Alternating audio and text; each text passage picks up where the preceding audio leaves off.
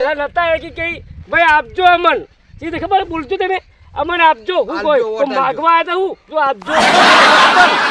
હવે તો હું તાકી સર સાહેબ હા થઈ જા બસ એટલું કી છે બીજું કોઈ ભલ્યા ભાઈ તમે સમજતા નહીં વાતને